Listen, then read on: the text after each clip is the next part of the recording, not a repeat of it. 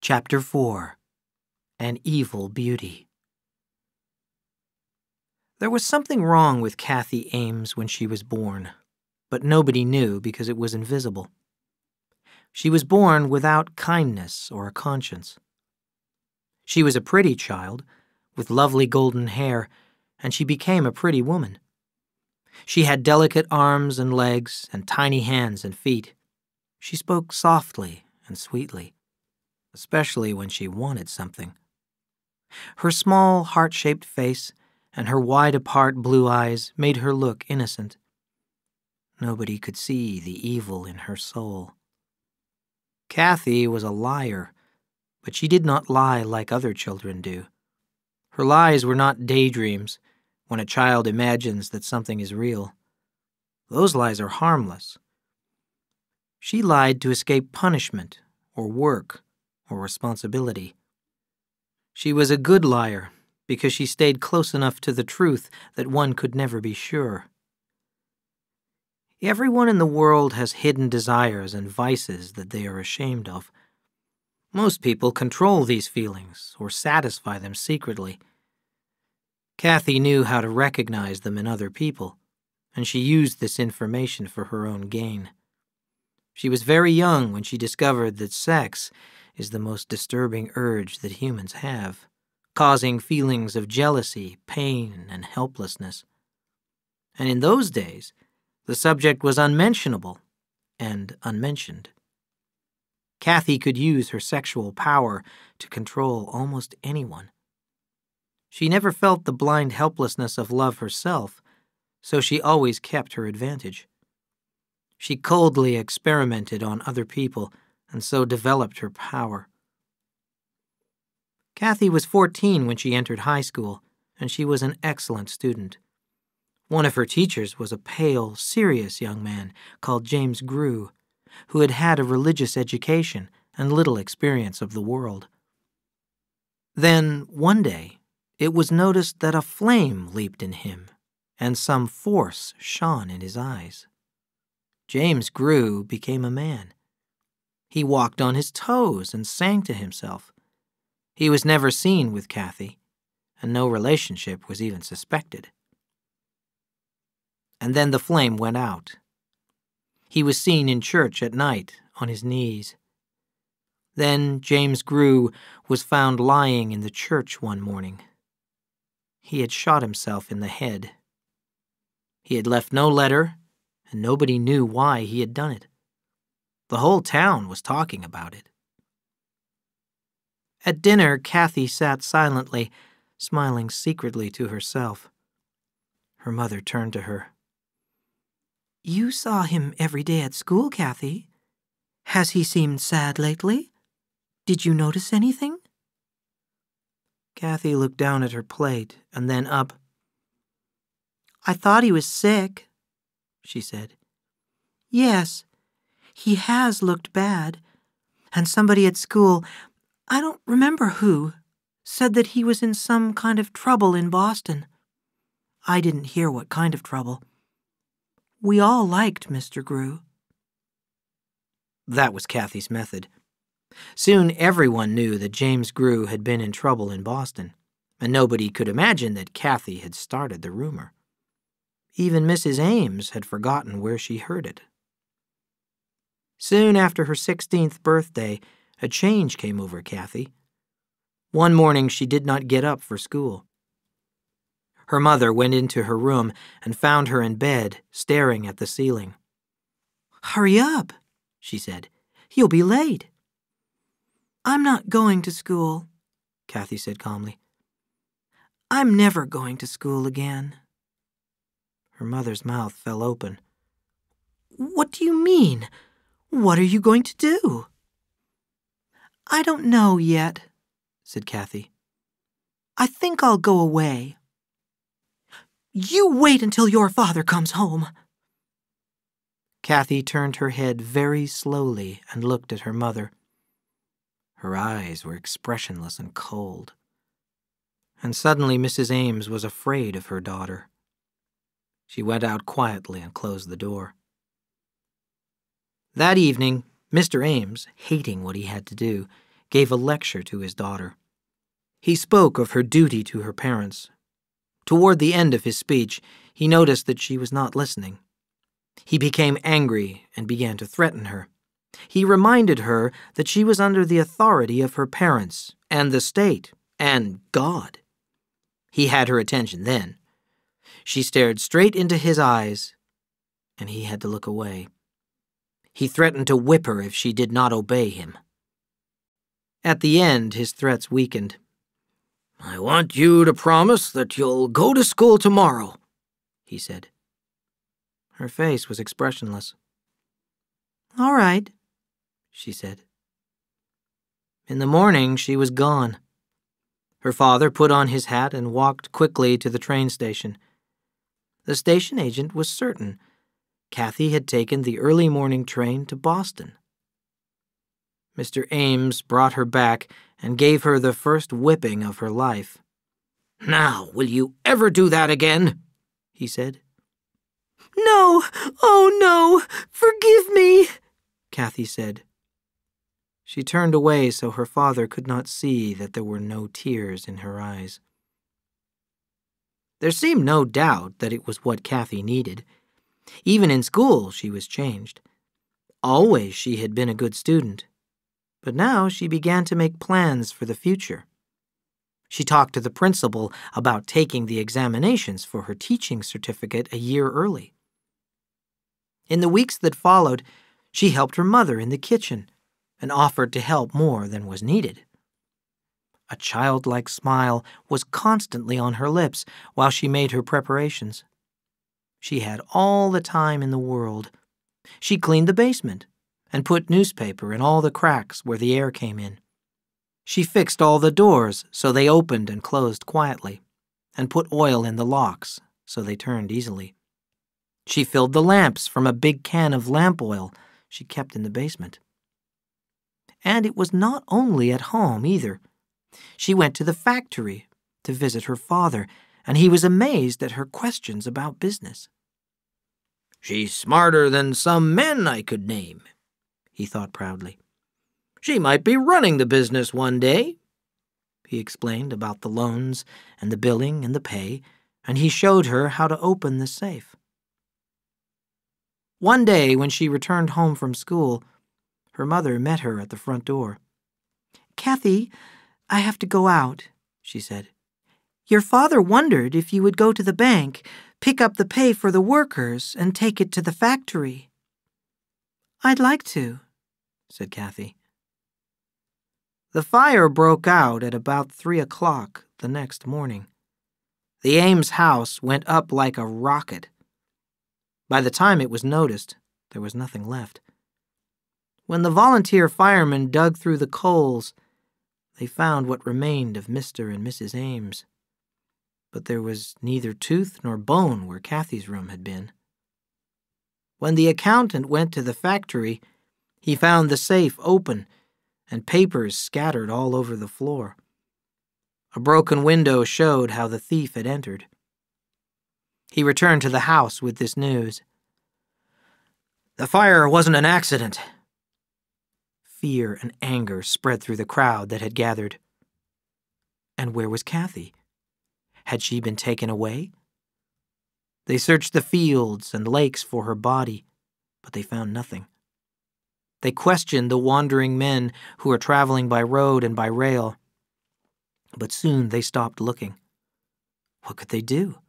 They couldn't prove anything without a body. I don't know how Kathy Ames heard about Mr. Edwards, but it was not very difficult for a girl to find him. Mr. Edwards was a successful businessman. He lived in a big house in a good neighborhood of Boston with his wife and 2 children. He was a large, powerful man in his late 40s, getting a little fat, but then many successful men were. He spent as much time as he could with his family, although he had to travel a lot on business. Mr. Edwards' business was women. He supplied whores to small-town hotels all over New England, avoiding the cities because the police were greedier there. He preferred stupid girls because the smart ones did not stay long. They opened their own houses or married rich men. He did not want very pretty girls either. A local young man might fall in love with a pretty whore, and there would be trouble. He kept the girls in one place for 2 weeks, then moved them on to the next town. Mr. Edwards was not feeling well when the girl who called herself Catherine Amesbury came to see him. If he had not been weak, he would have sent her away immediately. She was much too pretty for his business. Her voice was low, she was small, almost delicate, and her skin was lovely. She was not Mr. Edwards' kind of girl at all. He knew this in his mind, but his body told him to let her stay. He looked at her, puzzled, as she gave him a cat-like smile. He never mixed business and pleasure, but he wanted this one for himself. He fell into the trap. Never, never believe anything a whore tells you. That was his rule, but he believed every word she said. I can't understand why a girl like you, he began. Catherine lowered her eyes. My father's dead. He borrowed a lot of money from the bank. My mother can't pay it back, so they're going to take away the farm. I just want to help her.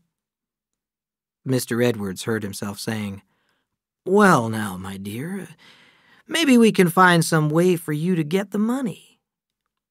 Mr. Edwards, as cold-blooded as any whore-master that ever lived, fell hopelessly, miserably in love with Catherine Amesbury.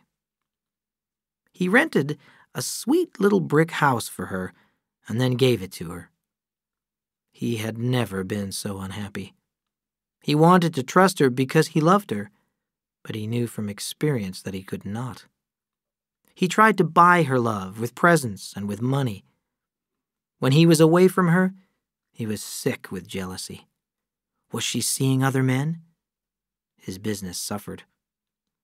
Catherine knew how to make him jealous. When she knew he was coming to visit, she was never there.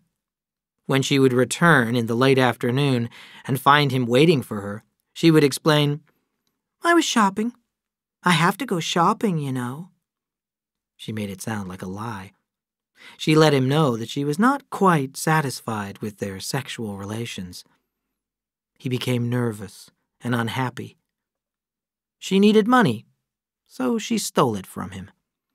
She sold the jewelry he had bought her, then said she had lost it. She could not sell the house, so she mortgaged it. Mr. Edwards knew, but said nothing. He was too afraid of losing her. One evening, his key did not fit the lock. She said she would give him the key, but she never did. When he went to see her, he never knew if she was home or not.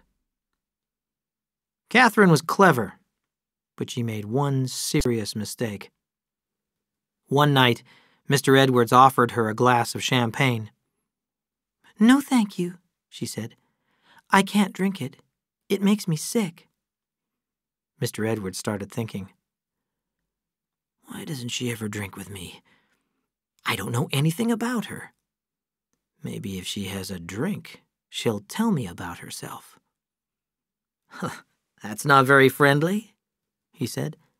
Just have one glass. I can't, she repeated. His voice hardened. Drink it. She took the glass and poured it down and stood still. She poured another glass for herself and another. Her eyes became hard and cold, and Mr. Edwards felt afraid. I didn't want to do it. Remember that, she said softly. You fat worm. What do you know about me? Do you think I can't read every rotten thought you've ever had? Want me to tell you? You wonder where a nice girl like me learned tricks. You wanted me to talk, and I'm talking. I'll tell you. I worked in whorehouses all over the country for 4 years. "Catherine," he protested, "you don't know what you're saying." He watched her, unable to move. She walked slowly toward him, drank the last of the champagne, delicately broke the glass on the table, and pushed it hard into his cheek. As he finally ran away from the house, he could hear her laughing. Mr. Edwards wanted to believe in Catherine's goodness, but he could not. He had to find out the truth. He had her followed. He hired detectives, and soon he knew where she hid her money.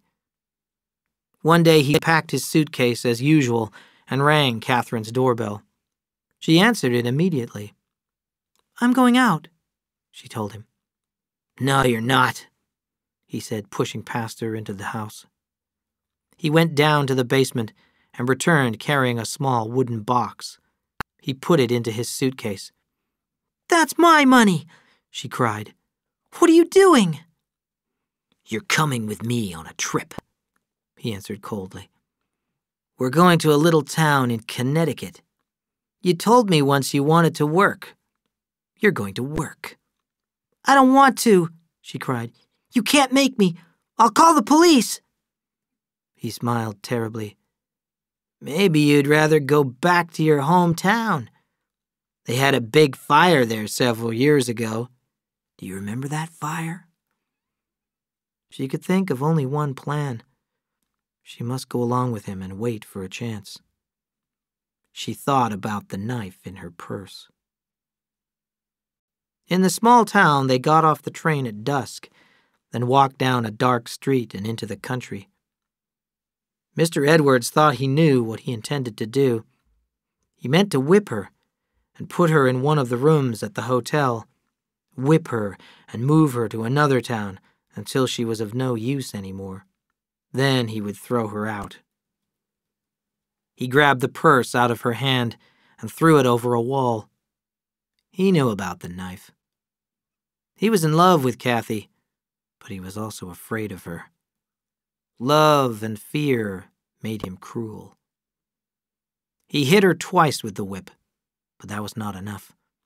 He used his fists again and again as she lay on the ground, but soon they too were not enough. His hand found a stone, and a red wave of rage washed over him. Later, he looked down at her beaten face and listened for her heartbeat, but heard only his own.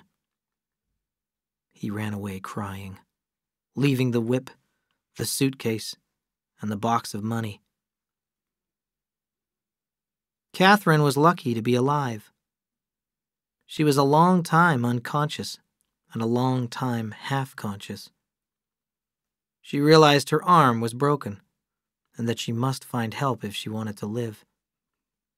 She dragged herself along the dark road, looking for help, turned in at a gate, and almost reached the steps before she fainted. Adam and Charles Trask were finding it difficult to live together, as two men often do. For the first few months after their father died, they were busy investing his money. They went to Washington to visit his grave. Then they did not talk about him anymore.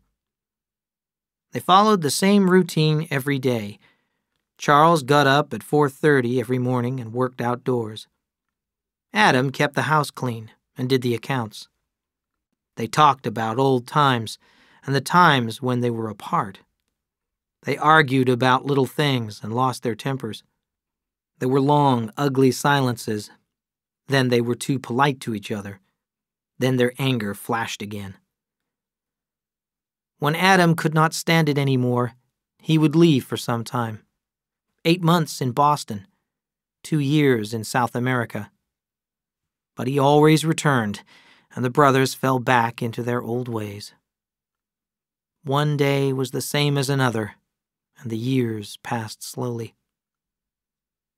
But Adam was still restless. One morning he asked Charles, "Why are we working so hard? You've bought the farm next door, and 4 buildings, and the hotel in town. Did you ever think that we have enough money to do anything we want to do? We could go to Europe. We could walk around Paris." Charles was not listening. "What's that noise?" he said. He opened the kitchen door. A dirty bundle of rags and mud was slowly trying to crawl up the steps. There was a muddy face with cracked lips and eyes looking out of blackened and swollen eyelids. There was a deep cut in the forehead, and blood ran back into the knotted hair. Adam kneeled beside the figure. "Come on, let's get her in," he said. "Here, look out for that arm. It looks broken." She fainted when they carried her into the house. "Put her in my bed," said Adam. "Now, I think you'd better go for the doctor. I'll stay here with her." She was very badly hurt. Her arm was broken, as well as several other bones. Her jaw was cracked, and she had lost all the teeth on the left side. The bone was also cracked under the cut on her forehead. The doctor did what he could and gave her some drugs for the pain. "Someone tried to kill her," he said to Adam and Charles. "Do you know her?" "Of course not," said Charles angrily. "And she can't stay here." Now Adam was angry. "Yes, she can. This is my house, too." The two men looked at him in surprise. "Who's going to look after her?" asked the doctor. "I am," said Adam.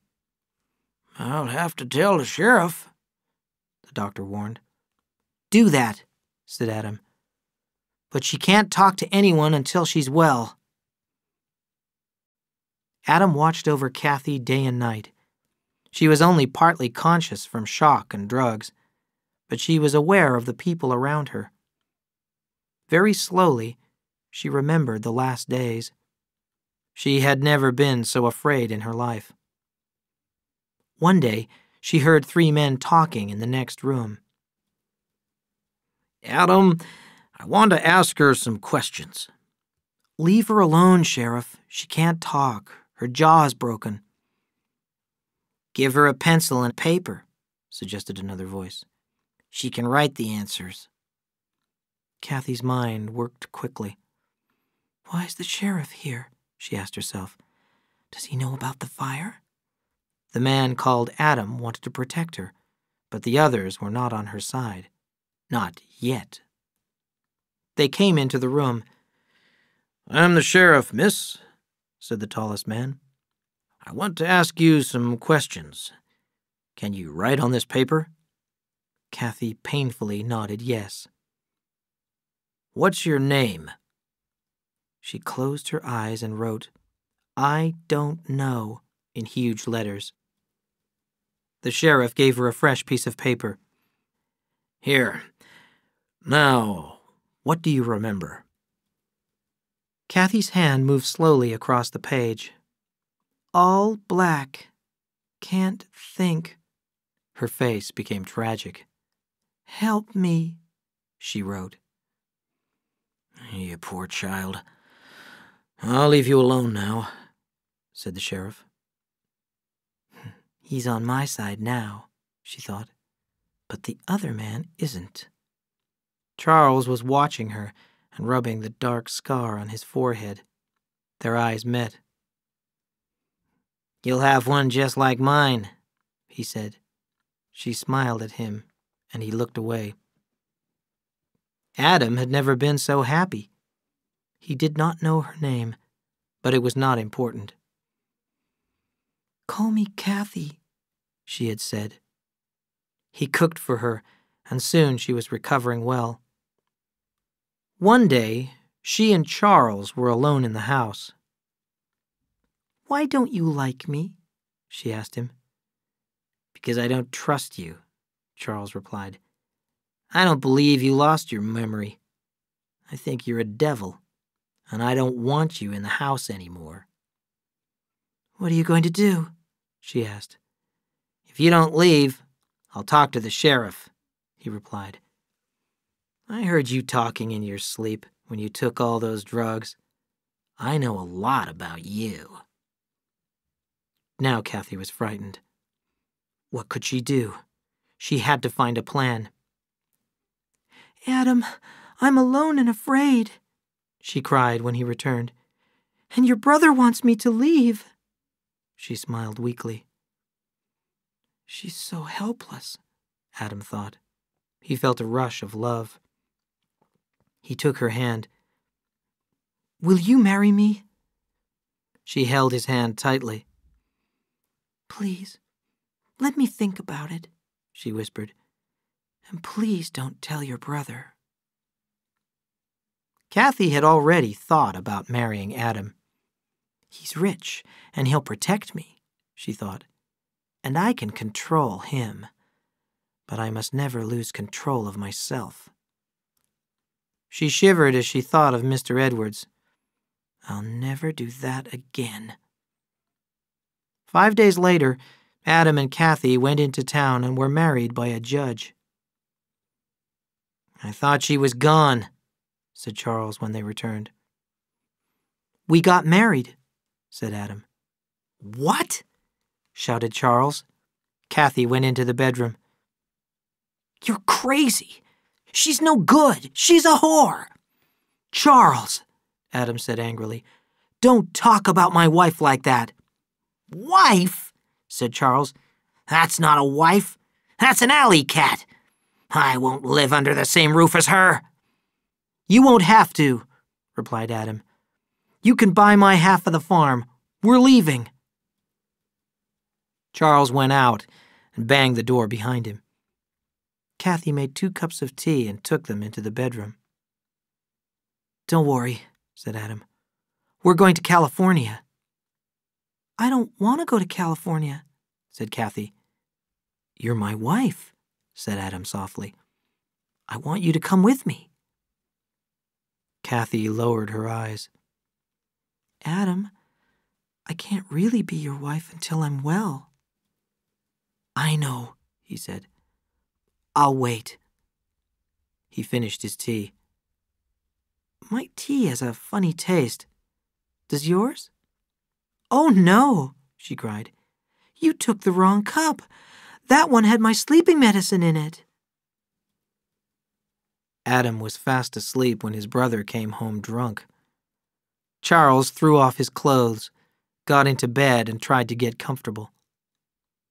When he opened his eyes, Kathy was standing by his bed. "What do you want?" he asked. "What do you think? Move over a little." "Where's Adam?" "He drank my sleeping medicine by mistake." Suddenly Charles laughed. "The poor bastard," he said, and he threw back the blanket to receive her. End of CD 1.